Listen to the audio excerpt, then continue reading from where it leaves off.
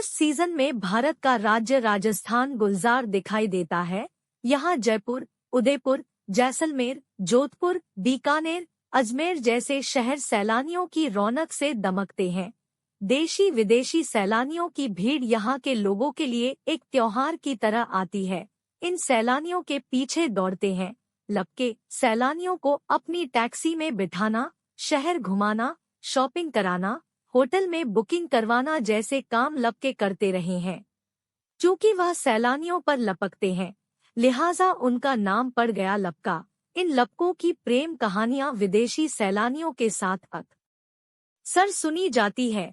आमतौर पर ऐसी कहानियां सुखांत होती है, लेकिन कभी कभी बेवफाई, जुदाई और तन्हाई हावी हो जाती है। उन्हीं प्रेम की सच्ची कहानियों में से आज पेश है तीसरी कहानी, सना खान मार्था का अधूरा लव। इस कहानी में पात्रों के नाम बदल दिए गए हैं। मीना कुमारी को उस हाल तक पहुंचाया किसने? ऑस्ट्रेलिया की 50 साल की मार्था जैसलमेर घूमने आई थी। सम के टीलों पर घूमते हुए उसे सना खान टकरा गया। 30 साल का ऊंट पालक, लंबा चौड़ा बाका नौजवान। सना खान मांगणियार था, लेकिन गाता नहीं था। सम के टीलों पर सैलानियों को ऊंट की सवारी कराता, कभी कभी कैमल सफारी पर ले जाता।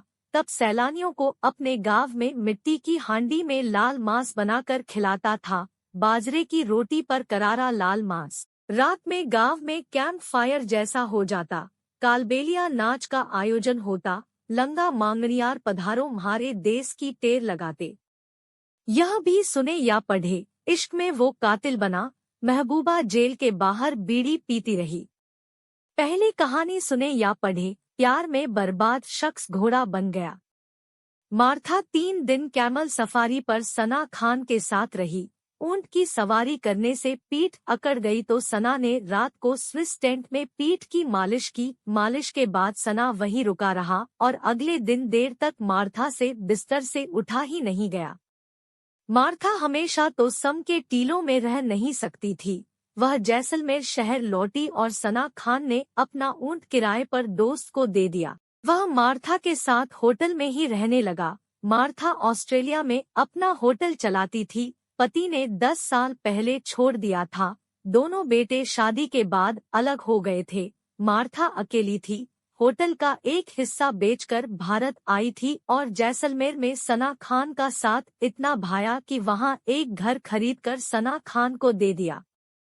छत से सोनार किला दिखाई देता था। महीने भर बाद मार्था ने घर को होटल में तब्दील कर दिया।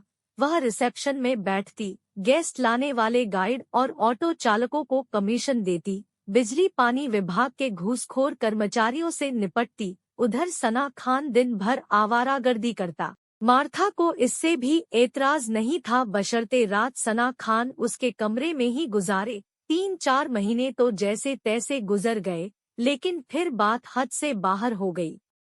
यह भी सुने या पढ़े, सिगरेट की राख से मिला कातिल का सबूत।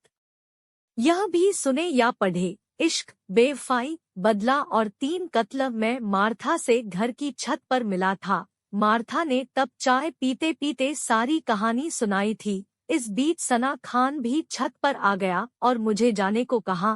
कैमरा तोड़ने की धमकी देने लगा। मार्था ने विरोध किया तो उसने मार्था से गाली गलौज शुरू कर दी। दरअसल सना खान को लगता कि मार्था को उससे सिर्फ सेक्स चाहिए, लेकिन मार्था को तो सना खान से प्यार हो गया था। मार्था चाहती थी कि सना खान गांव में अपनी पत्नी और बच्चों की अच्छे से परवरिश करे। उसने लाखों रुपए घर खरीदने में और घर को होटल में बदलने में लगाए थे, यही सोचकर कि सना खान की जिंदगी बन जाएगी। आखिर मार्था को सना खान ने जो प्यार दिया था उससे वह न जाने कब से तरस रही थी।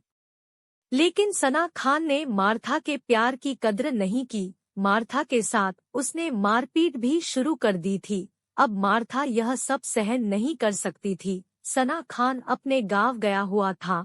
वापस लौट कर आया तो मार्था जा चुकी थी। जाते जाते वह घर भी बेच गई थी। कुछ पैसे जरूर उसने सना खान के लिए छोड़े थे, तो मार्था चली गई। सना खान वापस सम के टीलों पर विदेशी सैलानियों को ऊंट की सैर कराने लगा। कभी कभी रात को दारू पीते हुए सना को मार्था की याद आती तो वह उसको फोन करता, रोता गिड़गिड़ाता और माफी मांगता, मार्था से लौट आने को कहता, लेकिन मार्था को वापस नहीं आना था और वह आई भी नहीं। कभी कभी सना खान के बच्चों के नाम कुछ पैसा जरूर भेज देती। बाद में जैसलमेर के एक पत्रकार ने बताया कि सना खान को ऊंट की सवारी से हुए पीठ दर्द को झेलती विदेशी बालाओं की मालिश और उसके बाद के सेक्स से एड्स हो गया था। गांव के लोग सरकारी अस्पताल में छोड़ गए, वहां उसकी दर्दनाक मौत हो गई।